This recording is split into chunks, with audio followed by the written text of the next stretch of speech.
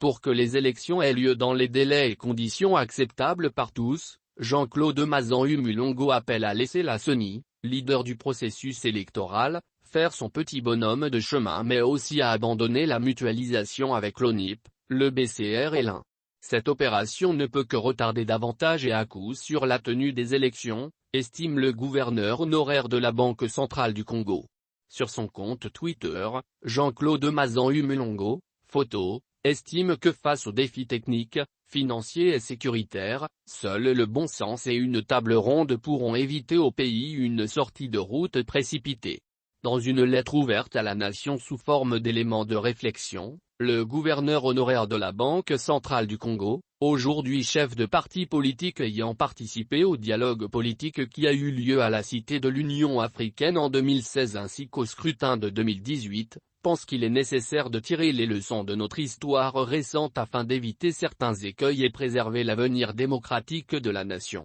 Car les délais d'organisation des élections prochaines sont de toute évidence courts si pas très trop courts, leur tenue ne sera pas possible, selon lui, s'il faut prendre en compte la volonté affichée de mutualisation qui appellera 5 institutions à récolter, traiter, analyser et publier des statistiques relatives à la population, l'achèvement de préalables majeurs, sur le plan juridique, pour l'organisation d'élections crédibles, transparentes, démocratiques, inclusives et apaisées, loi électorale, loi portant identification et enrôlement des électeurs ainsi que la loi relative à l'état civil pour permettre à l'ONIP de faire pleinement son travail, moins la nécessité d'opter pour une solution opérationnelle ITEX de bout en bout, la cruciale mise en place d'un mécanisme de résolution des contentieux électoraux, le financement d'environ 2 milliards de dollars pour lequel aucune provision n'a été constituée par le Trésor depuis les dernières élections de 2018. Pour le gouverneur honoraire de la BCC,